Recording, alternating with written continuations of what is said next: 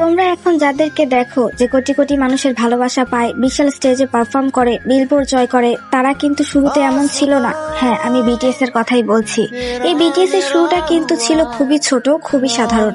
2013 সালে দক্ষিণ কোরিয়ার একটা ছোট এজেন্সি বিগ হিটের ছায়ায় শুরু হয়েছিল তাদের যাত্রা। তখনকার দিনে কেউ বিশ্বাসই করতো না এই 7জন ছেলেকে দিয়েও কিছু হবে। তারা ছিল না বড় কোম্পানির প্রোডাক্ট, ছিল না বিশাল বাজেটের মিউজিক ভিডিও, ছিল না বিলাসবহুল সুযোগ। রাস্তায় দাঁড়িয়ে ফ্লায়ার বিলি করেছে নিজেদের কনসার্টের জন্য। ছোট ঘরে একসাথে থাকতো 7জন, দিনরাত পরিশ্রম করত শুধুই একটা স্বপ্নকে বাস্তব করার জন্য। অনেকে হাসতো, ট্রল করত, বলতো আইডল হওয়ার যোগ্য নয়, কিন্তু তারা থেমে যায়নি। আর আজ আজ সেই ছোট্ট বিটিএস হয়ে গেছে বিশ্ব সঙ্গীতের এক নতুন ইতিহাস। বিটিএস শুধু একটি ব্যান্ড নয়, তারা এক একটা স্বপ্নের নাম, এক একটা সংগ্রামের নাম। আর আর্মি হওয়া মানে সেই স্বপ্নের পাশে দাঁড়ানো।